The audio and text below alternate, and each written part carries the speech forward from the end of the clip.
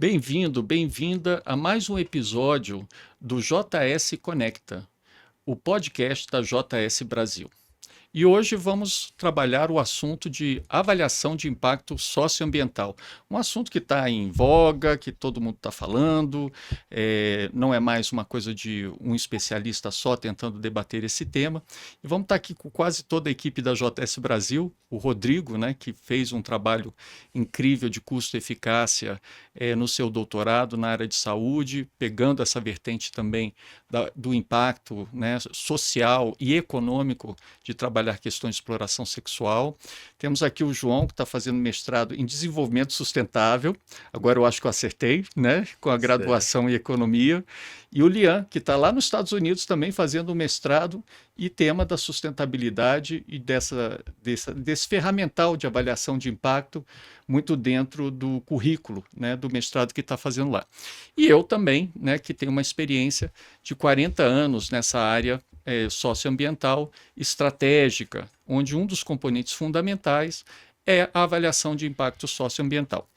Então, eu queria realmente que a gente começasse, né, a pensar sobre essa lógica da avaliação de impacto social como um ferramental essencial para mostrar que o socioambiental não é um custo nem gasto, que é um investimento.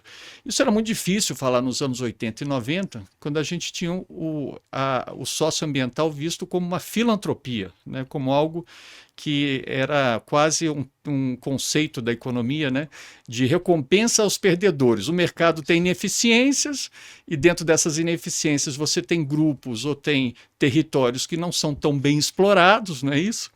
E por isso nós precisamos ter um repasse de recurso para amenizar essas perdas, né, daqueles que não fazem parte do mercado.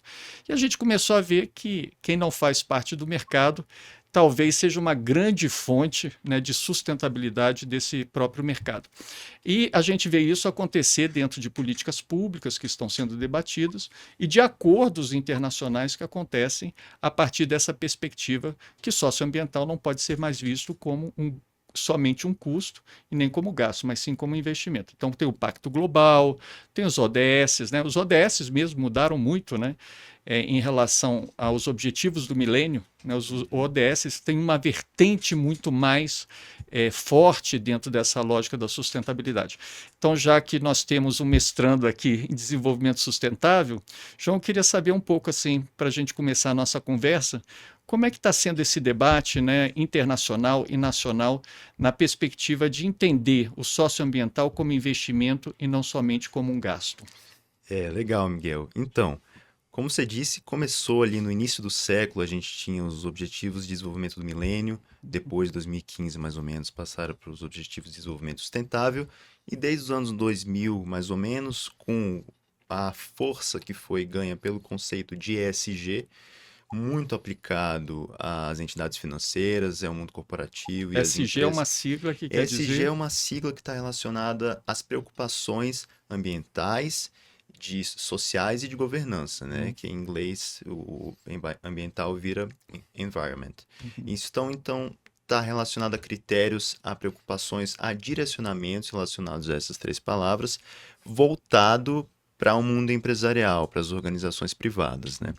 Então, isso aconteceu um chamado pela ONU do comissário na época, e foi uma chamada para o mundo privado começar a agir nessa forma para se preocupar com essas três frentes. E desde então isso tem se tornado cada vez mais relevante, né? Tanto no mercado financeiro, no mercado de outras empresas também.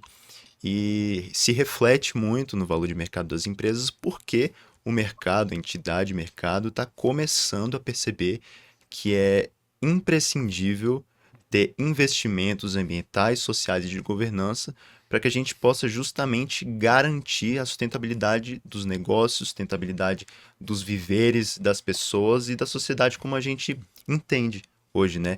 Sem que a gente prejudique no futuro a capacidade de alguém ou capacidade de pessoas em outros lugares do planeta Terra, E o certo? que eu acho, João, também interessante quando você fala isso, que o socioambiental, os impactos do não socioambiental não eram tão perceptíveis, ou era perceptível apenas para grupos específicos do mundo. Hoje, quem não é afetado pelo socioambiental, eu não sei quem. Assim, você pode ser riquíssimo, você pode ser trilionário, você está sentindo os efeitos da mudança climática, por exemplo. Não tem como. Você pega o seu carro, você pega o seu helicóptero, o seu jatinho, e você sente isso. Então, mudou um pouco essa marginalização, né, Rodrigo, do que era visto o socioambiental como algo filantrópico, assistencialista, esse tipo de coisa. Como é que você tem visto isso? É interessante, né? Porque quando a gente fala de avaliação, a gente entende, bom, vamos ver o que está funcionando, né? E o que pode ser melhorado. Mas quando a gente vai para uma perspectiva de impacto, a gente amplia essa visão.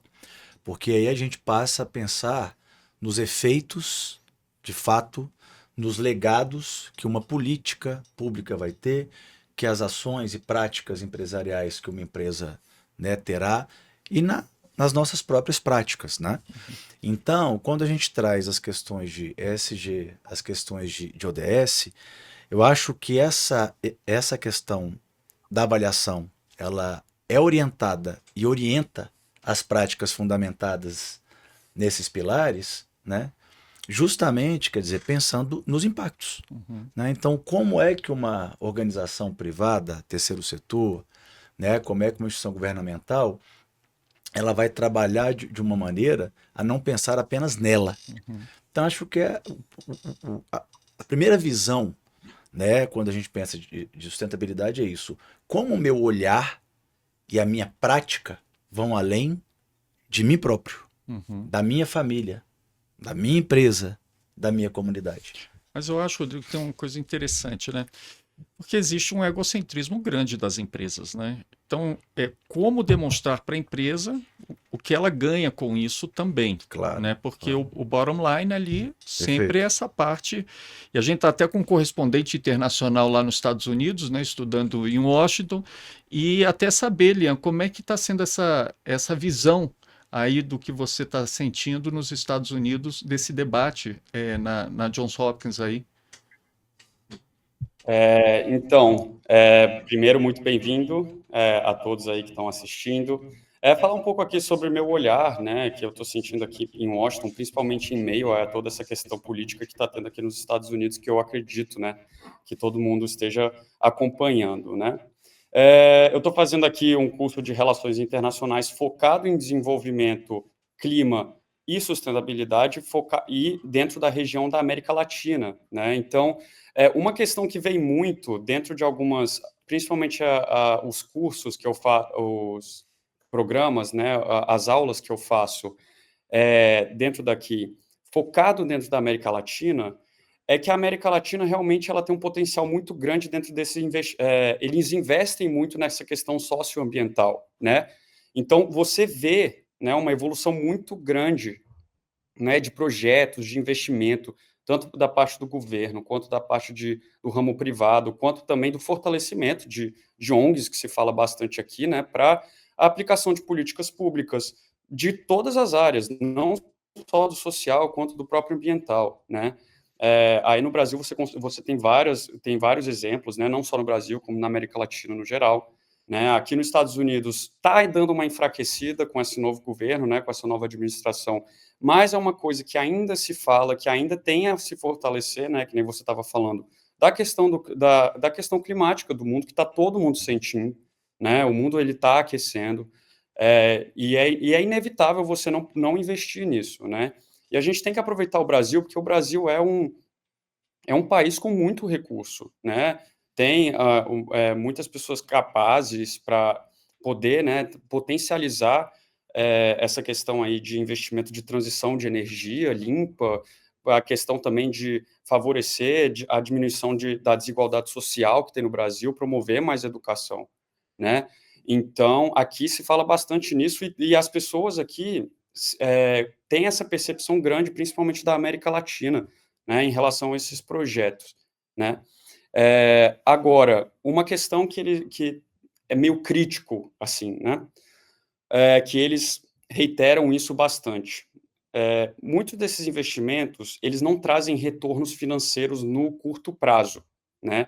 O que acaba não atraindo tanto, né, empresas a tomarem essa iniciativa, né? Muito dessas iniciativas acabam vindo primeiramente de governos e de ONGs, né? Mais de governo, porque acaba que o setor governamental ele tem mais dinheiro, né? E aí, então, fica esse debate de como envolver as empresas privadas dentro dessa causa, né? Dentro desses projetos. Então, tem vários exemplos, né, de subsídios que fazem, de incentivos, né? O próprio Brasil, você consegue ver vários incentivos dentro, por exemplo, no ramo social, tem incentivos, parcerias público e privada entre, por exemplo, capacitações da Petrobras, com o Unesco e empresas privadas, que a Bancos gente de já fomento, participou, né, dentro Lian, dessas também capacitações. fazem, Lian, é só Oi? um parênteses, bancos de fomento fazem empréstimos mais atrativos a partir do momento que a empresa também está dentro do eixo da sustentabilidade, quer dizer, para tentar trazer também esses benefícios de curto prazo que você está falando, né? Com certeza, com certeza. Agora, a questão é que é importante saber é que todos esses projetos socioambientais, eles levam, dentro mais ou menos do curto prazo, um investimento realmente maior, com um retorno um pouco menor. Mas dentro de um médio, longo prazo, os benefícios são enormes, principalmente para a sociedade no mundo. As empresas também elas recebem os seus retornos financeiros foi mostrado, né, alguns estudos aqui que eu aprendi, que eles recebem tanto os retornos financeiros quanto principalmente o retorno econômico para a própria sociedade dentro de um país, dentro de um estado, no próprio município, até de forma continental, né? Então é, é mais ou menos nesse sentido que esses projetos eles trabalham. Bem legal. Alguém quer fazer um Eu comentário? acho importante a gente frisar aqui, Miguel, que quando a gente pensa em investimento em avaliação de impacto, a gente pensa em um recurso que vai gerar um recurso maior no futuro, né? Exatamente. Mas o retorno que a gente tem, às vezes, no investimento social e no investimento ambiental, não é necessariamente financeiro ou econômico. Na verdade, ele pode vir muito para além disso, né? E a gente pode medir isso como? A partir de custos externos que seriam evitados com o que a gente teve de ganho. Vou dar um exemplo.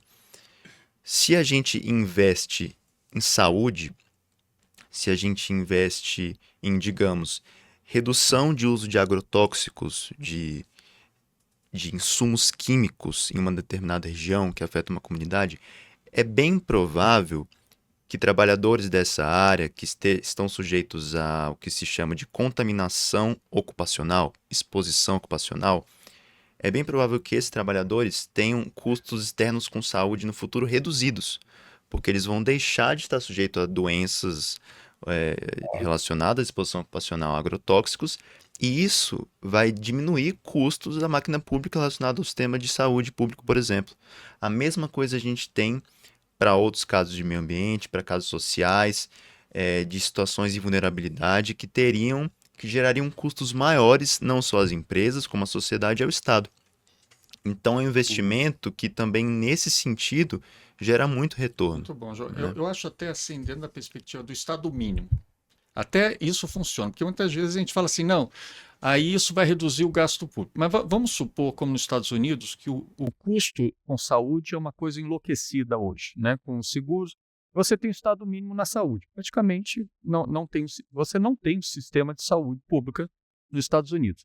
Só que o endividamento começa a ficar muito grande a partir, né, de enfermidades de saúde. Então, estava lendo agora, estava nos Estados Unidos semana passada, e estava lendo que 30% das famílias estão perto de uma falência, né?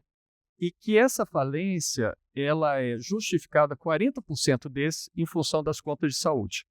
Bom, aí a empresa não tem nada a ver com isso. O problema de saúde dessa. Não, mas espera aí.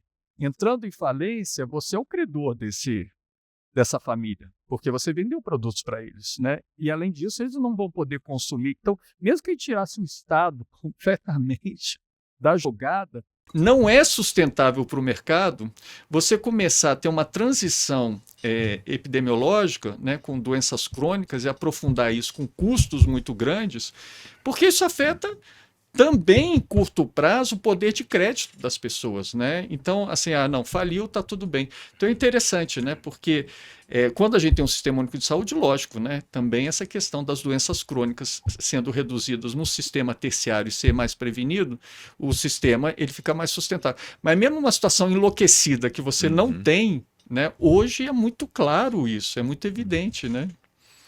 É interessante. Eu posso dar um. Rodrigo, pode Sim. ir. Não, então, Pode. isso é interessante, né? Quando você avalia cada contexto. Se você pega governo, política pública tem que ser DNA de governo, né? A gente está falando de políticas que promovam o bem-estar da população, porque isso vai te retornar de diversas maneiras, né? Um capital que vai trazer diversos capitais, né, potencialmente mais significativos. Quando você vai para a empresa, pensa-se no lucro, né? Então, como é que você vai aliar? Você vai pegar um binômio, é o que você está falando, Miguel, potencialmente oposto, lucro e sustentabilidade, né? Então, acho que o que se vê muito, né, hoje ainda é aquilo. As empresas, quando elas já sabem, elas tendo os dados de práticas que vão trazer, como acho que até comentou o Lian, trazer um lucro mais imediato, exemplo, programas para melhoria de clima organizacional. Isso está muito claro para empresas médias e grandes, que você ter um clima organizacional mais adequado, mais leve, vai te ajudar no trabalho. Talvez há 20, 30 anos atrás não houvesse essa percepção. Então, foi um avanço, mas hoje é uma limitação.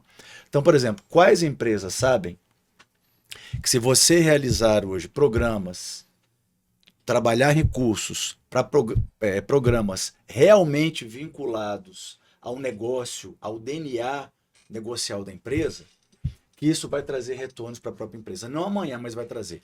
Quais são as empresas que sabem que você consegue medir, como a gente faz aqui comumente, né?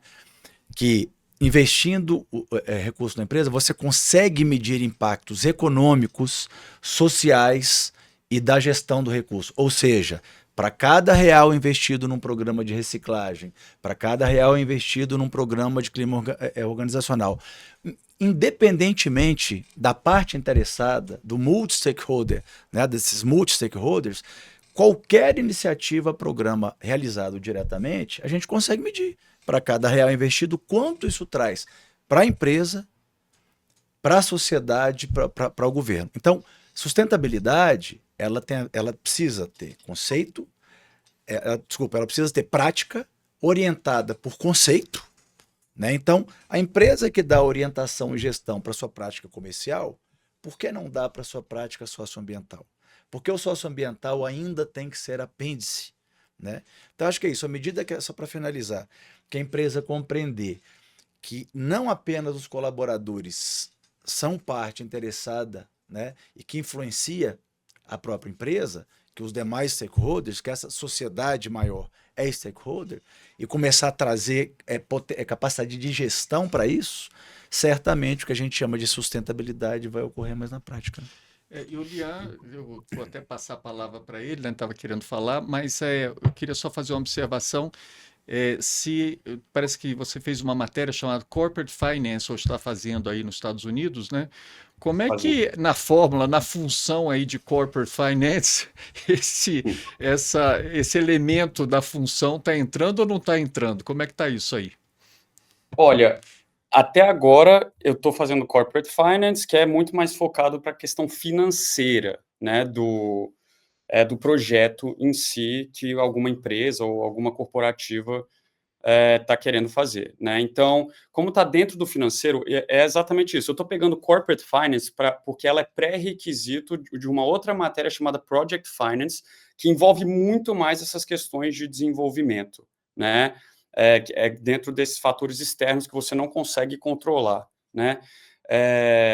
mas eu vou pegar isso no próximo eu vou pegar essa matéria no próximo semestre, né? Então, provavelmente lá a gente, tanto que o curso de Project Finance, ele está dentro da esfera aqui da Hopkins de desenvolvimento, clima e sustentabilidade, então com certeza eles vão incluir isso.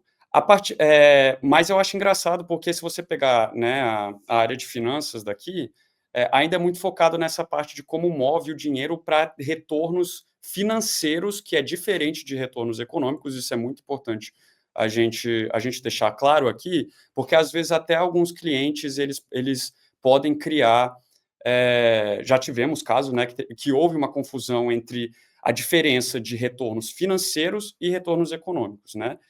O corporate finance é mais financeiro, ou seja, qual é o retorno, o lucro da receita menos a despesa que a empresa tem depois de fazer um investimento, né, dos capital expenditures, que são os ativos de longo prazo, né, que eles têm dentro daquele projeto. Então, as variáveis que eu aprendo dentro desse setor financeiro, ele tem o controle da empresa, dentro da gestão da empresa, né? Tem o cenário pessimista e otimista, né, daquela gestão, desse projeto, mas é tudo que a empresa consegue controlar, né, dentro da administração. O econômico, ele já é o retorno que traz mais para a sociedade. Me corrija se eu estiver errado, mas é o retorno que dá para a sociedade, não só especificamente para a empresa. Claro que pode ter um retorno financeiro e econômico junto, né? Mas o econômico é aquele que, com certeza, eu vou aprender ainda nesse curso de Project Finance, quanto cada real desse investido traz retorno econômico para a própria investir nesse projeto, tanto social quanto ambiental, quanto que ele dá de retorno econômico para a própria sociedade, né, para fazer, na questão, como o João estava falando, né, na questão da redução dos custos de potenciais pessoas, por exemplo, ficando doente no futuro, né, com a questão dos agrotóxicos. Então, esse aqui é bom ter isso na cabeça, né? Retorno financeiro é mais focado na empresa, nos lucros, na receita, na questão da contabilidade. Retorno econômico é mais focado na sociedade em si, em todos os seus setores. Mas lembrando, sempre importante falar isso, que é possível sim ter um retorno financeiro junto com um retorno econômico, né? Eu ia até provocar aqui o João, né? Você acha que algum dia a variável socioambiental pode entrar numa fórmula financeira mesmo de cálculo? Porque hoje é tratado como erro, né? Mais erro ali no final da função, né? Como é que você vê isso assim dentro do que você está estudando? Eu acho que não só pode ser tratado um dia, como pode ser tratado já. Na Ótimo. economia, Legal. uma das metodologias que trabalham com isso passam pela análise de projetos. Você tem um capital inicial, depois você tem os custos operacionais, as receitas, e você projeta ao longo do tempo o que esse seu projeto vai estar relacionado, os gastos e tudo mais. A análise de projetos ambientais tem um papel de internalizar as externalidades. O que quer dizer isso em economês? É você trazer tudo de malefícios que isso iria gerar em termos de poluição, de resíduos, e trazer para dentro do processo em forma de custos, para que a sociedade não tenha que pagar por isso, sendo que a empresa, a organização já internalizando, já vai estar a par do processo todo, neutralizando esses resíduos que poderiam ser prejudiciais à sociedade e tudo mais. Então é possível sim você trazer para dentro do core business de uma empresa isso, para dentro das projeções de receitas financeiras e econômicas, como o Lian disse. Uma análise econômica e retornos econômicos, ela pode estar muito mais ligada a emprego, a elos entre entidades, governo, setor privado, terceiro setor, o quanto que isso vai gerar de incentivos para a emergência de um novo mercado. Isso está muito ligado à parte econômica. Então, é muito importante a gente ter isso em mente, porque por mais que a médio prazo e a longo prazo a gente possa ter esses retornos, A gente não pode esquecer que no curto prazo também, não só internalizando, mas levando em consideração os novos tipos de demanda de consumidores que a gente tem. Por exemplo, hoje a gente pode ter uma empresa que anuncia que as suas práticas de produção, logística, escoamento e pós-venda são todas sustentáveis. Para um determinado público, isso pode não fazer sentido. Para um determinado público, isso pode conversar muito com o consumidor que habita neles. Então, principalmente para populações mais jovens ou que estão ligadas em problemas socioambientais, elas com certeza vão priorizar uma empresa de sapatos, por exemplo, que tem um processo de cadeia sustentável em detrimento de uma empresa que não tem. Isso vai trazer vendas, vai trazer movimentação, vai trazer fortalecimento da marca já, né? Então, isso é um exemplo do impacto que as preocupações socioambientais e de avaliação podem trazer não só para o médio prazo, mas para o agora. E Né? que, na verdade, né, o valor de ação ele não é necessariamente o valor de patrimônio. Né? Então, a Exatamente. gente sempre tem que lembrar disso, né? Porque muitas vezes a credibilidade ela traz um valor de ação muito maior do que o valor patrimônio. E o valor de identidade também, né? Se a gente pegar todo o patrimônio da Coca-Cola, não vale o que ela vale na Bolsa de Valores. E isso em função da força que tem a marca Coca-Cola, né? E também na questão que a Bolsa de Valores mesmo está começando a incorporar isso, né? Até com fundos específicos, né, de empresas que estão mais ligadas à parte sustentável. Eu acho isso maravilhoso no sentido de que agora existe uma seriedade de pensar em metodologias de como mensurar isso, né? Eu acho que isso que a JS Brasil foi muito inovadora nesses 30 anos de trabalho, né? Que sempre foi um olhar socioambiental estratégico com metodologias para aferir, né? Para botar o dedo na ferida mesmo e conseguir comprovar algo que muita gente achava que era abstrato ser comprovado, né? Então, nós temos a metodologia de avaliação de impacto socioambiental, que a gente já utilizou em vários programas, inclusive em programas dentro de indústria, né? Sobre estudos de presenteísmo, como programas de inovação de qualidade de vida, aquilo se remete, né? Mas acho essa área também muito interessante. Vou fazer um novo projeto empresarial. Como eu incorporo nessa função da análise do projeto uma valoração, né, um valuation mesmo, dos aspectos socioambientais do negócio, né, um ramo fundamental. Mas é importante saber que nesse campo mesmo, um pouco diferente do que acontece no planejamento, que muitas vezes você tem vários entrantes, realmente para avaliação você precisa de muita competência, né? A competência e lógico, depois vem a promoção e tenta facilitar esse conhecimento, né? Mas se não consegue trazer uma abordagem econométrica, análise financeira corporativa, de estudar realmente esses elementos que perpassam a questão financeira, econômica e social, né, das políticas sociais, é complicado, porque as fórmulas não são muito fáceis, né? Você tem que criar esse modelo, essas variáveis, e coletar isso, quer dizer, tem um processo todo de identificação metodológico que a gente tenta até facilitar. E é uma coisa que eu sempre falo que eu acho importante. É complexo, mas não pode ser confuso. Tem uma diferença aí. Então, quando é complexo sim avaliar o impacto socioambiental. Ele é uma tarefa complexa. Mas a gente pode subdividir essa complexidade de tal forma que a gente possa chegar a esse dado que é tão importante, né, para a sociedade, para as empresas, para os governos, né? Na questão da AIDS foi assim. Né? Não se distribuía medicamentos da AIDS. Mas por que se distribuía gratuitamente? Ou a vacina mesmo, por que se distribuir gratuitamente nos postos de saúde? Isso é um grande investimento, porque, lógico, não vai bater toda uma questão terciária dentro do sistema. Né? Claro. Mas não adianta só falar isso, tem que se mostrar isso. Né?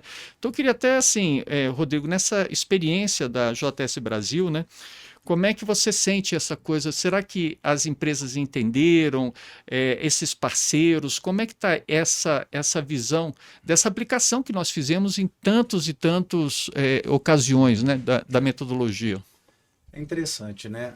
empresas, organismos de fomento ou paraempresariais como o Sistema S, né, em grande parte, né, todos os programas que a gente avaliou na área, né, ambiental, por exemplo, quando você vai trabalhar com companhias de energia, quando você vai trabalhar com empresas que trabalham lá com agricultura sustentável, quando você trabalha com o Sistema S, tantos programas, né, de assistência, Economia solidária que você economia fez, né? solidária, cooperativismo, né, e assim, tantos outros. É interessante, um termo que você falou, que chama a atenção, Miguel, para mim é muito importante. Essa avaliação do investimento social, ela precisa estar conectada ao valuation da empresa. Essa é uma prática não apenas de programa, não apenas pontual. Ela é uma prática que vai incorporar benefício para a sua marca, para o seu brand, que vai trazer benefícios para a sua empresa como um todo, né? Então, cada vez mais se mede isso. Agora, em que medida esses indicadores e práticas de sustentabilidade, quando você fala de avaliar, né? Porque quando a gente fala, não, um programa de clima, que a gente estava falando aqui, clima organizacional, você pode aferir o impacto socioambiental disso, né? Você pode fazer a avaliação diretamente ali para o que isso traz para a empresa, mas você pode ir além disso. E é um termo que cada vez mais vem sendo falado quando a gente diz do valuation, né? Mas é muito interessante porque existem vários métodos, ideias ou teorias. Mas qual é o valuation que está de fato embasado em ODS? Em como a empresa está vinculada ao ODS e ESG. Tem um programa, é até divertido, que é o Shark Tank, né? Então, Shark Tank Brasil. E aí, muitas vezes, quando chega lá o pequeno empresário para dizer como ele quer vender aquela participação na empresa dele, né, para aqueles potenciais sócios, muito se fala em valuation. E a gente percebe como esse pequeno empresário não tem a menor noção do que é valuation, né? Então, à medida que essa prática efetiva de você avaliar o teu investimento, de trazer o social ambiental para a tua gestão, está mais do que provado para empresas, principalmente maiores, que já trabalham com isso, como isso vai trazer benefícios. E não apenas aquele trabalho socioambiental que é autorreportado em formulário que a empresa fala. Né? Que ela faz aquilo, ela faz um relatório, não. Como é que você traz essa prática para a tua gestão? Como é que você avalia o impacto dos teus programas de uma maneira integrada, integral, pensando nos seus stakeholders, né? E como é que você mede isso? Pegar esse gancho, eu queria muito, João e Lian, ouvir vocês.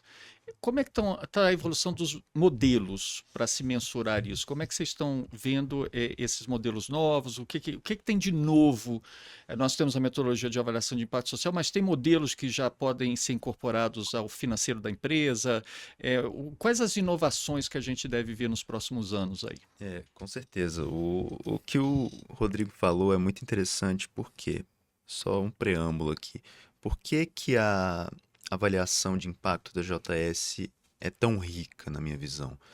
Porque existem, de fato, vários métodos, várias abordagens que dialogam com o mercado, que dialogam com o governo, com o ODS.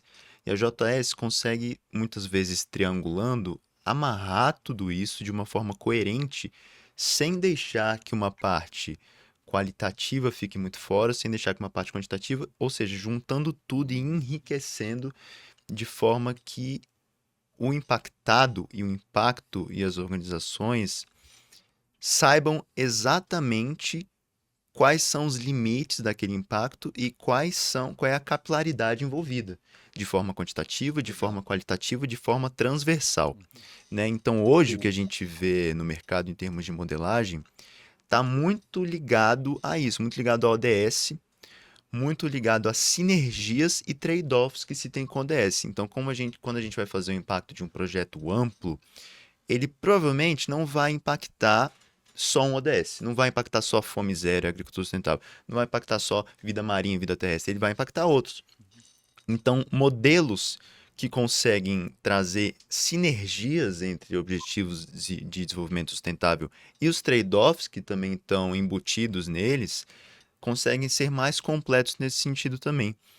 em termos financeiros, isso é muito claro, porque o investimento, às vezes, se vier do Estado, ele passa por um processo mais burocrático, às vezes, e na prestação de contas tende a haver uma justificativa para ele não estar sendo usado em outra área.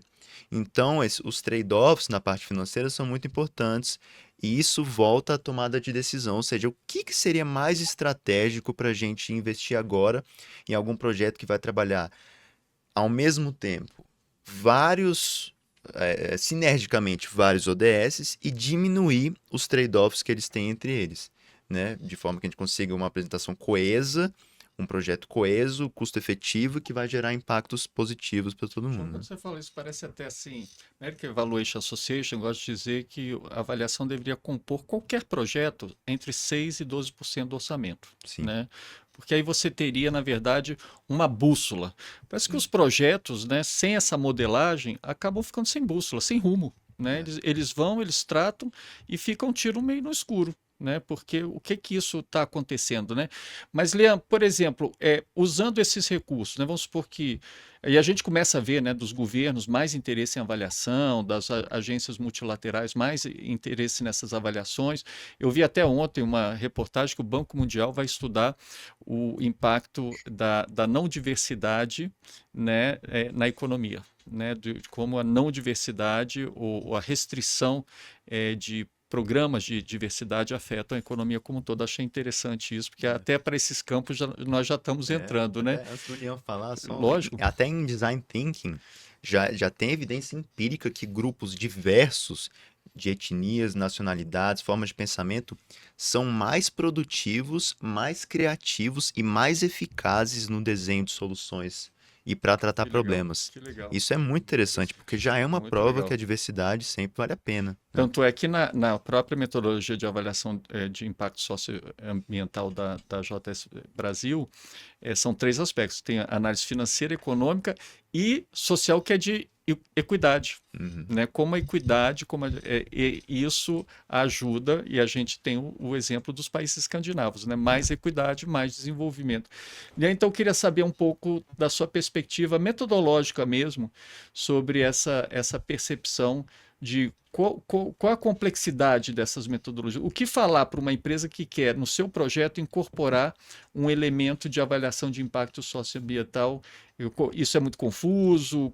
Como é que você está vendo aí dentro dos novos modelos? Olha, então, sobre a minha perspectiva, pelo que eu estou aprendendo aqui, né, eu acho que a JS Brasil ela está muito a par, né, com o que está sendo estudado hoje em dia. Então, a JS Brasil sempre está querendo se atualizar, as metodologias que são utilizadas são muito recentes, né? Claro, podem ter outras metodologias que eu vou explicar um pouco mais para frente, mas o que eu acho muito interessante da JS Brasil é que, vou dar um exemplo aí de um projeto que a gente teve aqui, que eu participei, pegando esse gancho aí da diversidade que você falou, a gente foi avaliar justamente Parece que a gente... um projeto de reciclagem nacional, né, um dos vários projetos que apoiam cooperativas de reciclagem dentro do Brasil, né? Basicamente em quase todas as regiões do Brasil em que eu participei, eu fui lá para fazer a aplicação dos questionários, né, para fazer as análises, e o que eu acho interessante que a JS Brasil faz é que, nesse caso, o projeto mostrou que as cooperativas que tiveram realmente a intervenção do benefício do programa tiveram impacto, né, no geral, em algumas variáveis. Agora, a questão será que ele foi recebido de forma igualitária, dependendo da raça, dependendo do gênero, dependendo da educação, né? E aí, com as análises que a gente fez, que está muito ligado isso, aí inclusive falado aqui até hoje, a questão do índice Hoover, né, que a gente fez, mostrou que, apesar de ter esse impacto geral, ele não é ocorrido de forma igualitária, né? Os homens, mostrou que os homens, eles realmente eles aproveitaram mais desse benefício do que as mulheres, do que as pessoas trans, né? as pessoas brancas, né, também tiveram um aproveito maior, e as pessoas com mais escolaridade também tiveram.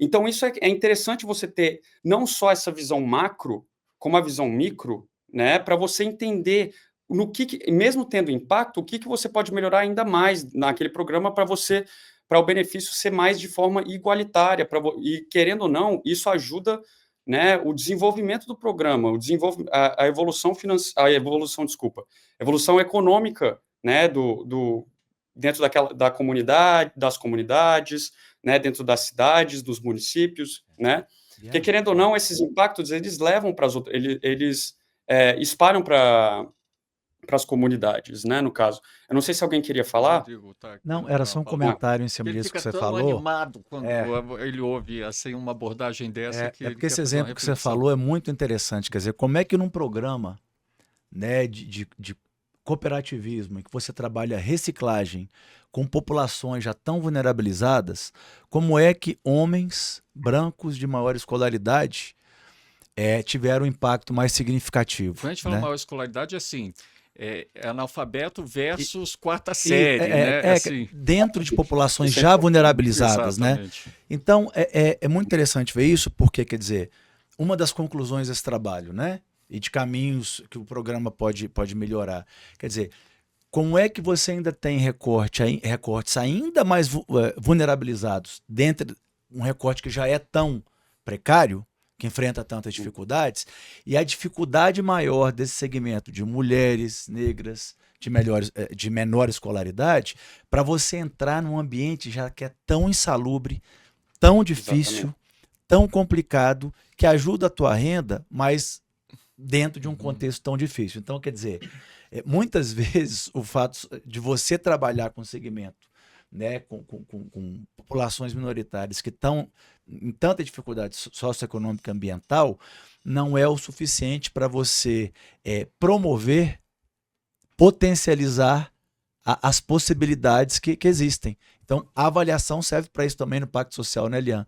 De você entrar ali num recorte que já é vulnerável e conseguir, num limite ali, num detalhe, promover ainda mais equidade, como o Miguel estava falando. E além disso, eu acho importante que o social, a gente, como eu disse, está muito a par dentro dessa questão, né? Eu acho muito legal essa questão aí da especificidade, né? Para não só ficar mais no geral, né? A segunda coisa, o econômico, que também eu gostei muito desse projeto porque eu achei ele muito completo, né?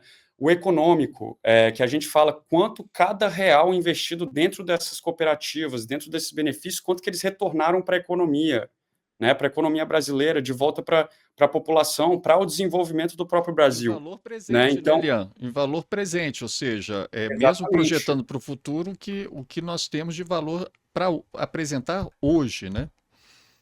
Exatamente, exatamente. E a gente pega todos esses indicadores, né, de taxa de expectativa de trabalho, né, médio de um ser humano, a gente traz justamente a inflação, todos esses fatores econômicos, financeiros, a gente traz para dentro dessa análise.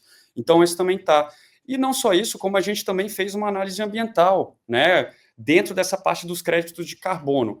O problema que eu acho que tem que ainda ser desenvolvido no sentido geral mesmo, né? Essa questão aí dos créditos de carbono, o próprio João pode me confirmar isso. A questão do crédito de carbono é uma questão interessante porque não tem ainda consolidado dentro do mercado, né? Para fazer justamente essa análise. É uma coisa que se fala muito aqui, né? Como consolidar, como criar políticas de crédito de carbono que além, além de benefício do próprio clima, façam com que as empresas se beneficiem com esse crédito de carbono.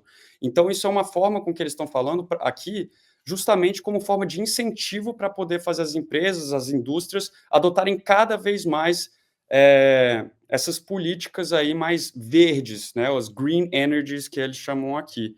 Né, João? Não sei se você pode dar uma reforçada. Curto prazo para mostrar, né? Eu vejo como uma questão de incentivos. É uma questão de incentivar determinado comportamento, determinado tipo de produção que vá gerar retornos positivos. para o setor empresarial, para o setor privado, para o Estado e para a sociedade, porque é isso que a gente quer no final das contas, que todo mundo ande junto. Agora, é importante a gente frisar, os créditos de carbono são relacionados ao mercado de carbono, mas não são exatamente a mesma coisa.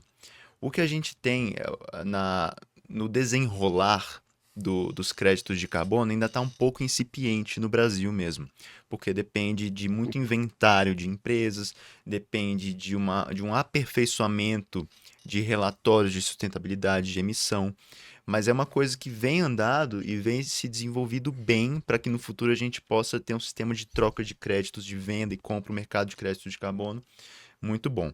O mercado de carbono, por outro lado, o mercado regulado de carbono, que foi recentemente aprovado, ele é um passo muito importante para a gente limitar as nossas emissões enquanto país e para a gente se ater à nossa contribuição nacionalmente designada, de acordo com as COPs, né, em termos de relações internacionais, para a gente se ater a isso. Agora, ele é problemático, o nosso mercado de carbono, porque ele não incluiu um setor que é muito problemático em termos de emissões, que é o agronegócio.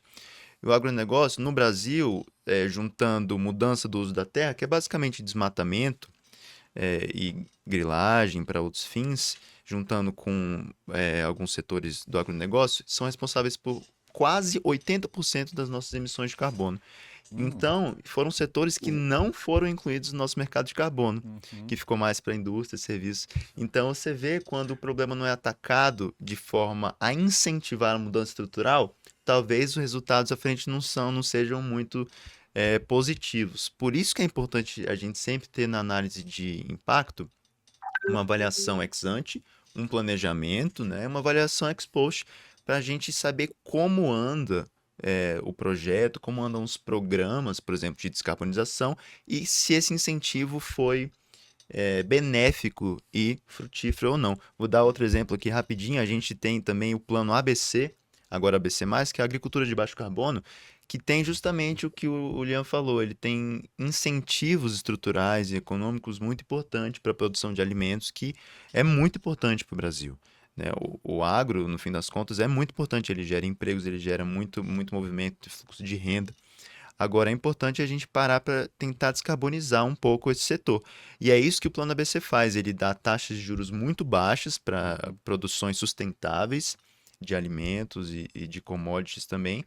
E ele incentiva práticas inovadoras. Então, isso relacionado a incentivos, como o Liam tinha falado, e se o Miguel quiser complementar também, eu acho que é bom a gente ter em mente, principalmente relacionado ao elo terceiro setor, que está muito já trabalhando, mas principalmente no elo Estado e setor privado e organizações, né? Uma coisa que eu acho também, quando você está falando dos benefícios, porque antes o que que acontecia, né? A gente, nos projetos que a gente via, né, Rodrigo, no início do século, era assim, eu então vou fazer um projetinho e vou pegar minha agência de marketing para promover.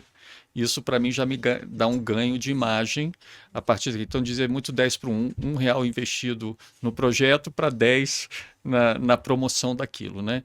Então a gente vê a importância do que a empresa dá também para dar respostas à sociedade. Então, a gente tem isso, né? Mas eu acho que também, na própria perspectiva avaliativa, tem que se trabalhar com as agências de marketing, as agências de publicidade, que é uma coisa que, por exemplo, no trabalho lá na Bahia, foi muito interessante, né? Porque tentar trazer mais próximo para entender esse raciocínio. É mais ou menos o que aconteceu, por exemplo, com pesquisa eleitoral, que agora eles falam 95% de confiança. Eles usam termos, porque muita gente que vem de fora, olha, tem medo porque tem termos técnicos, né? Mas acaba que cria uma seriedade e uma validade para aquilo muito forte, né? As agências de publicidade, os jornalistas, sempre fugiu disso, né? Falaram, nossa, eu só vou falar que é tanto, né? Então hoje se fala de margem de erro, etc. E tal. Eu acho importante também como trazer uma linguagem para que as agências de marketing também entendam a força comunicativa que pode ser uma avaliação de impacto socioambiental. Coisa que a gente tenta fazer com os nossos parceiros, às vezes no final do processo dizendo, olha, tem que estar junto, né? Mas eu acho que de repente até no começo dar cursos mesmo sobre como que isso pode ser utilizado de uma maneira não de imagem, mas também para os stakeholders, né? Para os colaboradores, para os acionistas, né? Porque até com acionista é interessante. É uma coisa interessante. Vamos nós da JS Brasil falar com a presidência de uma grande empresa que tem ações, etc. A forma da gente falar é muito técnica, muito séria, etc. Acontece. Mas tendo uma agência de marketing da empresa que já conhece o tipo de linguagem que aquele board tá preparado, etc., eu acho que é fundamental, porque a gente está falando de conceitos muito legais aqui, que nos encantam, mas não encantou muito a comunicação publicitária, né? Que às vezes quer pensar no ganho a curtíssimo prazo, quer fazer uma linguagem, ou então acha assim, pô, esse pessoal é muito, né, prolixo, né? Queria até te ouvir um pouco, Rodrigo, sobre essa perspectiva, porque lógico que o ODS facilita, Pacto Global facilita, né? Você traz, poxa, está ancorado no Pacto Global, mas como trazer esse pessoal mesmo para trazer essa linguagem desses benefícios a curto prazo, né? O marketing. E a questão da comunicação aqui, ela entra dentro de um processo maior de gestão. A empresa tem toda a gestão estabelecida para os seus produtos e serviços. Como é que comunica, como é que posiciona, promoção, produto, preço, praça, distribuição, está tudo muito... né? Agora, quando você vai para o socioambiental, é interessante ver isso. Se você faz uma avaliação socioambiental, você tem que, desde o começo do processo, pensar em pontes. Como é que você transforma a ciência, os resultados, impactos que vão ser oferidos cientificamente, como é que você vai traduzir essas informações para seus stakeholders? Então não adianta você fazer uma avaliação maravilhosa, né? Ter um relatório maravilhoso e colocar ele na gaveta para falar que um cientista, uma cientista social fez um trabalho. Não é isso, né? Então, se você tem as pessoas de comunicação envolvidas com a área X, que vai liderar, capitanear uma intervenção social, ambiental, cultural dentro da empresa. Se você tem a comunicação envolvida, desde o começo, aquele investimento, né, aquele programa, objeto da avaliação, ele já vai servir para quê? Para a empresa fortalecer o seu posicionamento junto aos seus stakeholders. Durante o processo, como você falou, que não é simples, né? Mas não precisa ser difícil, é difícil, mas não tem que ser complicado, mas confuso, né?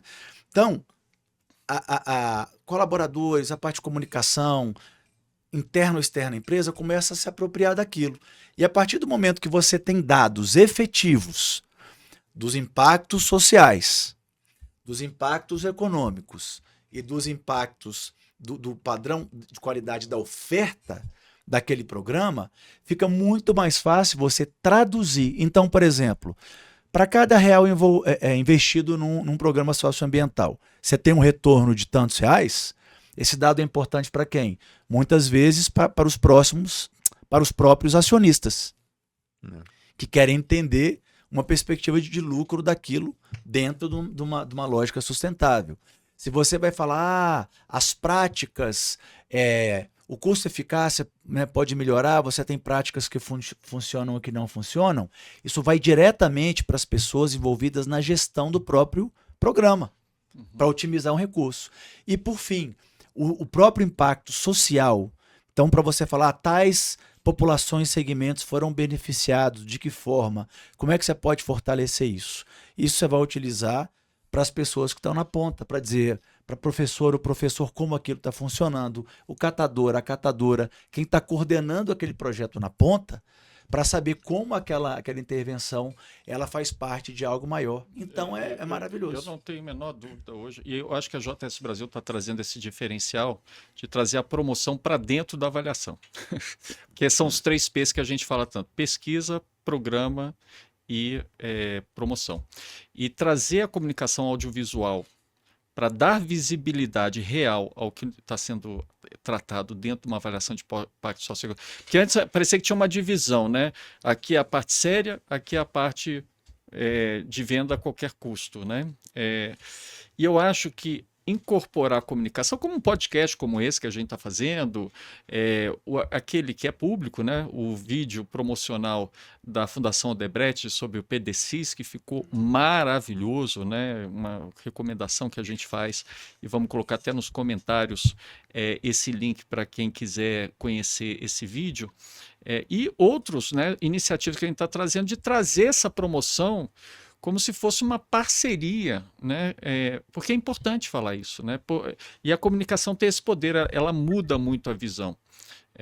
Questões de auditoria, né? Auditoria é muito mais quadrada do que uma avaliação de impacto socioeconômico, né? Mas a auditoria tomou uma importância muito grande porque foi se trabalhando uma comunicação que a auditoria era fundamental para dar mais lisura, clareza, e não é uma questão que é uma imposição de governo, né? As próprias empresas entendem a importância de já incorporar uma auditoria no seu dia a dia, né? A avaliação não conseguiu isso ainda. E eu acho que é por um processo de comunicação que precisa ser retrabalhado, né? Que seja mais palatável esse saber. Então, a gente está fazendo muito esse movimento, né? De trazer a comunicação para dentro. Como é que você vê isso, João? A comunicação entrando. Será que você, como um cientista, assim, fica um pouco arrepiado ou acha que isso é fundamental? Não, eu acho que a comunicação só não é tudo, mas é quase tudo. Porque a gente vê hoje retórica ganhando eleições, né, para além de dados concretos, né? E não só na retórica, a comunicação, não a retórica de convencimento, no sentido de convencer quase de maneira insidiosa o consumidor, não. A comunicação de forma a deixar as coisas claras, deixar as coisas evidentes para todo mundo estar na mesma página, né? Até mesmo porque a comunicação, nesse ato de nivelar informações, democratiza o conhecimento que está sendo trabalhado. A comunicação para stakeholders, comunicação para shareholders, comunicação para a parte interna da empresa, né? Então, a comunicação, sobretudo socioambiental, eu vejo com muito mercado a ser ganho ainda, porque o que toca as pessoas que às vezes não são da área não é um relatório específico. Com certeza. Às vezes não é um relatório muito cheio de idiosincrasias, não é um relatório muito cheio de dados. Às vezes o que toca uma pessoa que não é da área é um vídeo institucional curto que mostra sentimento. Às vezes o que toca um gestor vai ser uma visão, um storytelling, uma fotografia que provoca uma determinada emoção nele, né? Às vezes o que pode tocar um mercado inteiro é alguma coisa nostálgica, ou às vezes no sentido de mostrar o que pode ser potencialmente preservado, conservado ou melhorado, no sentido de até populações vulneráveis, no sentido de a gente trabalhar a empatia das pessoas, né? Como a gente viu muito em relação ao Criança Esperança, trabalha muito nisso. Então acho que a comunicação não pode se distanciar da atuação socioambiental. Eu acho que seria muito estratégico empresas de avaliação de impacto, terceiro setor, se apropriarem de maneira estratégica da comunicação e de tudo que com ela vem, né? Se o Lian tiver alguma coisa para complementar em relação a isso. Eu acho que estava pensando aqui em relação a isso tudo que a gente estava falando, né? Eu acho que a principal metodologia mais moderna que deve ser adotado dentro dessa ramo aí de avaliação de projetos, de programas socioambientais, é realmente a comunicação, porque realmente não tem jeito. A comunicação é uma forma metodológica, né? Então, como que você pega todo esse ferramental que a gente tem, né? Todo esse ferramental que são aprendidos nas universidades acadêmicas, tanto de outros países quanto aí no Brasil, como que você consegue, que nem o João estava falando, eu gostei bastante disso, da democratização dessa informação, né? Porque às vezes porque realmente essas análises elas envolvem muitos números, elas envolvem muitas, por exemplo, casas decimais, né? A questão financeira, muitos cálculos. Então, assim, como que você consegue transformar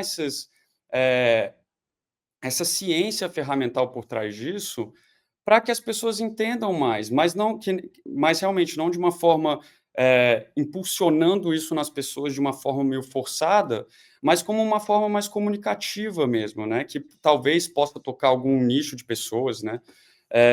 Dependendo, né, dos stakeholders. Eu ainda acho que esse ramo da avaliação, que nem vocês estavam falando, ainda está um pouco nichado para as pessoas que são especialistas nisso, né? Então fica até um pouco difícil de acreditar, né, a pessoa que não tem aquela especialidade, se realmente aquelas informações, como a gente tem visto por aí, se realmente aquelas informações são verdadeiras ou não, né? Então, como a gente comunica, né, essas ferramentas, esses resultados que a gente faz, que a gente descobre, né, durante todo esse processo, como que a gente comunica tanto para a população, quanto para os diferentes stakeholders, parceiros, né, o próprio governo, ONGs. Então, isso é uma coisa que eu até acho que peca ainda um pouco, até aqui nas universidades dos Estados Unidos, né? O que é ensinado aqui é muito ferramental, né? Como que você faz isso? Como que você faz o cálculo para avaliar o impacto de um projeto ou de um programa? Como que você coloca, né, essas externalidades dentro de um projeto para ver se realmente tem algum retorno financeiro, algum retorno econômico, né? A questão, né, dessa transição da energia renovável, a questão do desenvolvimento social. A gente aqui debate muito isso, eu acredito que na UNB deve ser parecido também, né, no mestrado da UNB. Não só nas duas universidades que a gente tem aqui, que a gente está falando aqui, mas como em diversas outras universidades prestigiadas pelo mundo, né? Mas eu ainda sinto um pouco de falta, né, dos acadêmicos principalmente, como que você passa essa informação, né? Porque são informações muito legais, né? Que a gente vai descobrindo, que a gente vai debatendo, né? Então, como que você consegue passar essas informações para todas as partes interessadas, né? E aquilo, uma comunicação específica, às vezes ela não vai tocar, por exemplo, o ramo da empresa privada, mas vai tocar o ramo de uma comunidade, de um município específico, né? O que já traz um impacto, né, para uma mudança de perspectiva, né, daquela comunidade. A gente pode também pegar essa mesma informação que é repassada para essa comunidade, mudar essa comunicação para um lado mais corporativo ou para um lado mais governamental, um lado mais de ONGs. Dá para fazer essa brincadeira, entendeu? Ian, eu Então, estava até só te interrompendo aí, eu achei muito engraçado os jargões que surgem, né, no nosso meio, que eu fico pensando assim, quem é exatamente, que vai entender um negócio, o tal do ROI? Quando exatamente, começou ROI para cá, ROI para... Falei, gente, quem é que vai entender? E ainda em inglês, Return on Investment, assim, e o que que é isso, assim, mas parecia exatamente. uma pompa, né? Falar, qual é a ROI? Qual é a ROI? Então, essa coisa assim de democratizar o que o João estava falando é bem interessante, né?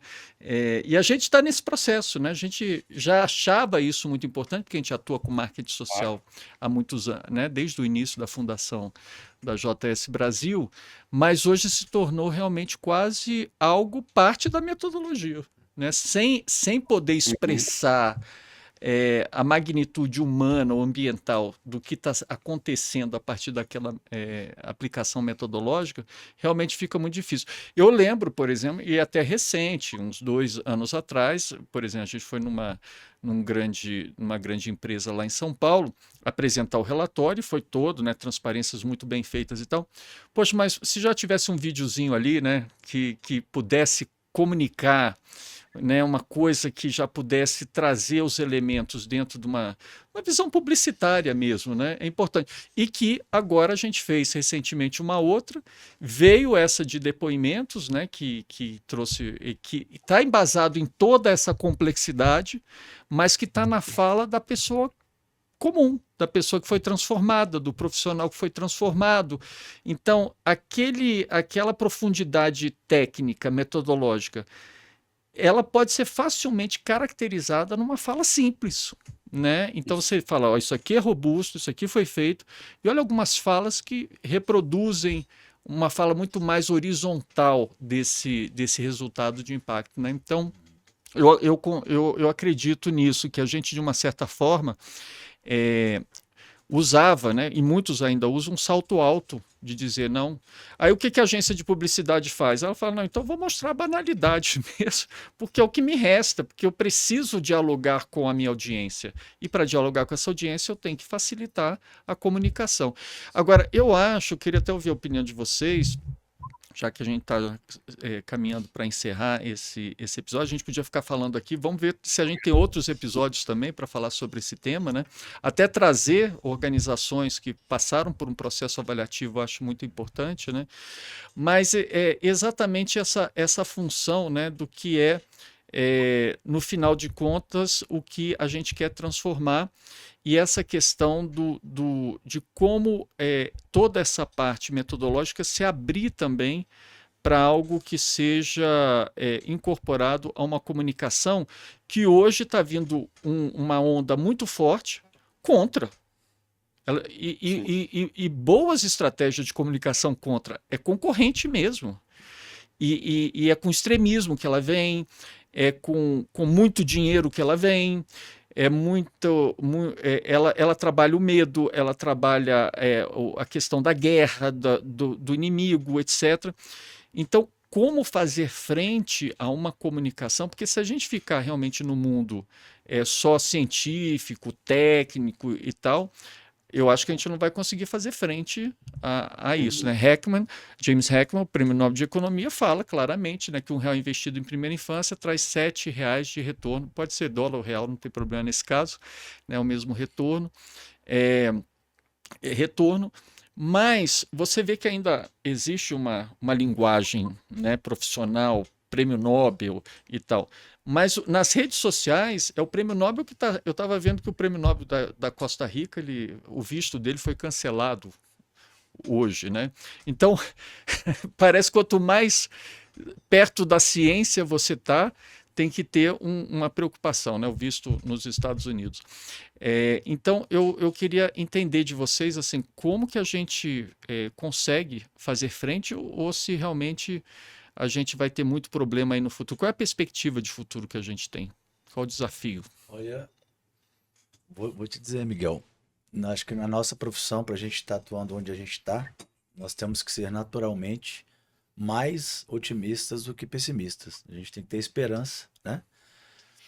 De que do que a gente oferece como empresa, de como a gente interage com os nossos parceiros e como o mundo esteja mais próximo da sustentabilidade do que essa linha que você falou. Agora, a grosso modo, é muito mais fácil destruir do que construir, né?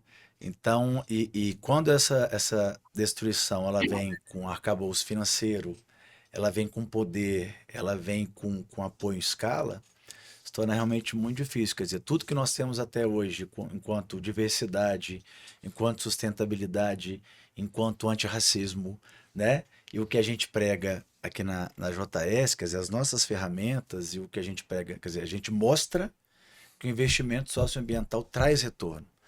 Então, para que a empresa possa acreditar nisso, as pessoas que gerenciam a empresa também precisam acreditar.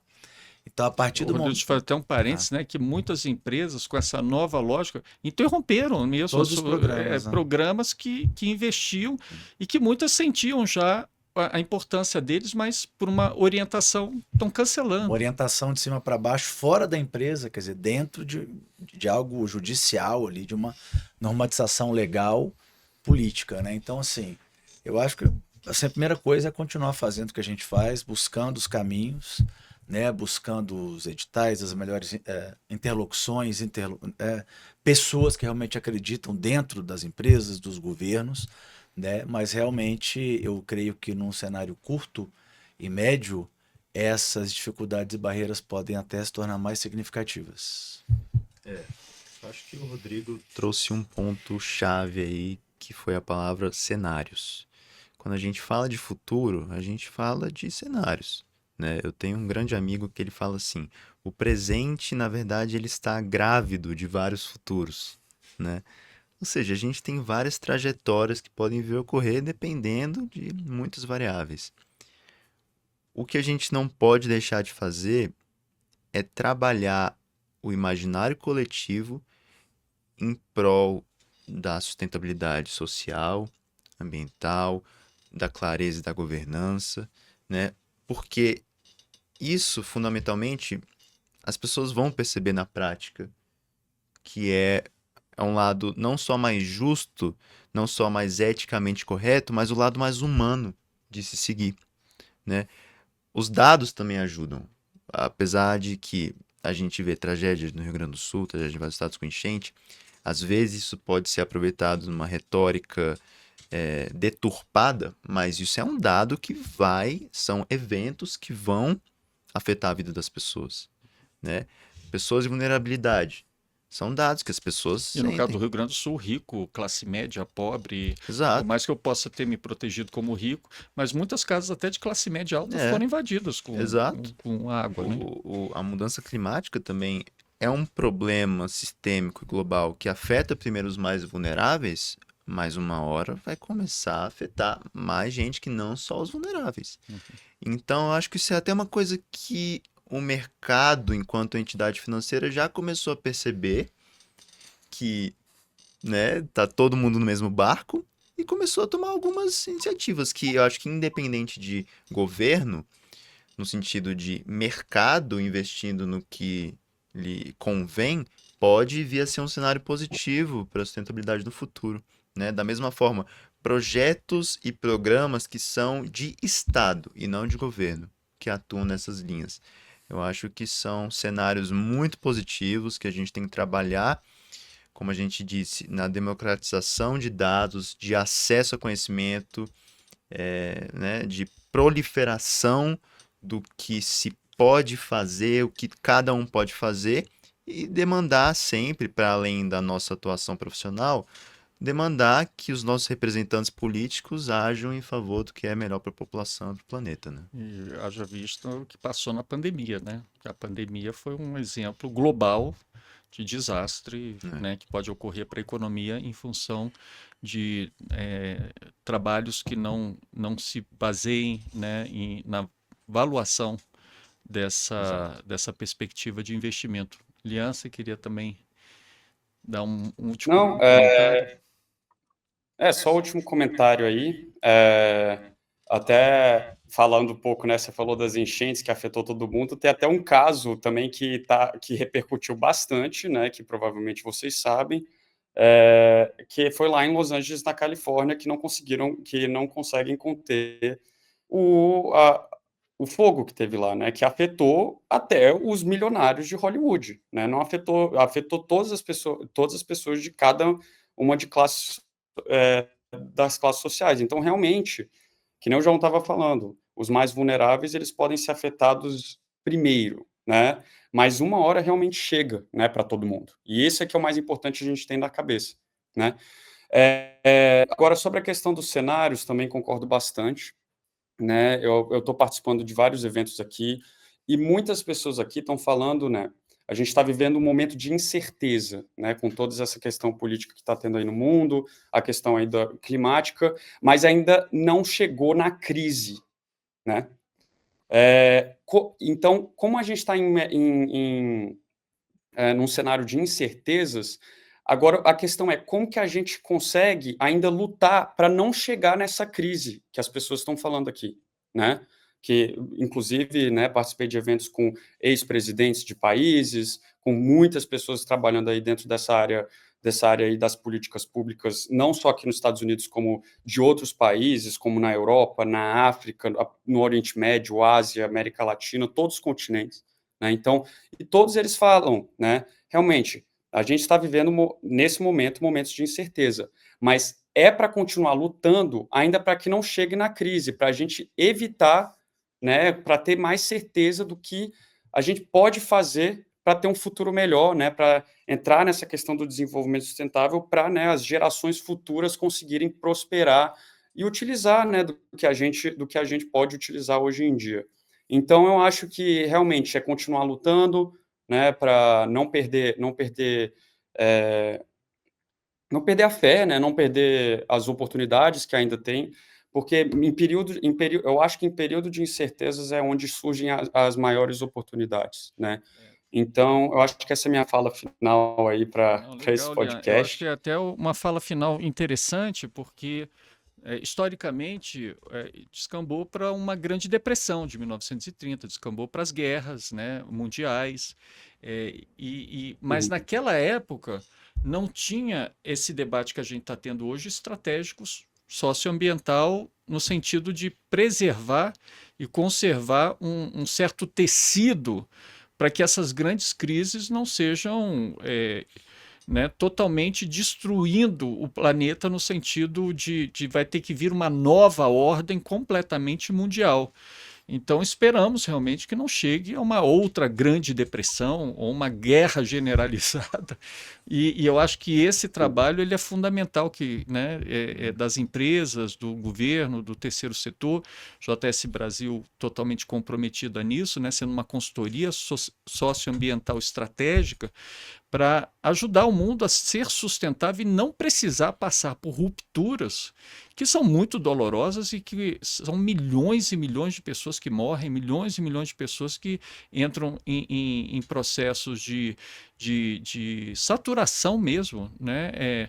Com processos migratórios completamente descabidos, enlouquecidos, não por uma vontade própria, mas reformulando toda uma conjuntura mundial de uma maneira sempre muito triste e muito traumática, né? Esperamos realmente que todo esse trabalho que existe, esse esforço que existe no movimento de sustentabilidade, né, e essas técnicas são utilizadas, que não tinham, como eu falei, nos séculos anteriores, elas possam também servir de alerta e servir de um pouco de proteção para que isso não aconteça. Então, obrigado, Lian, obrigado, João, obrigado, Rodrigo. Obrigado. E então esse foi mais um episódio da JS Conecta e até um próximo episódio do nosso podcast.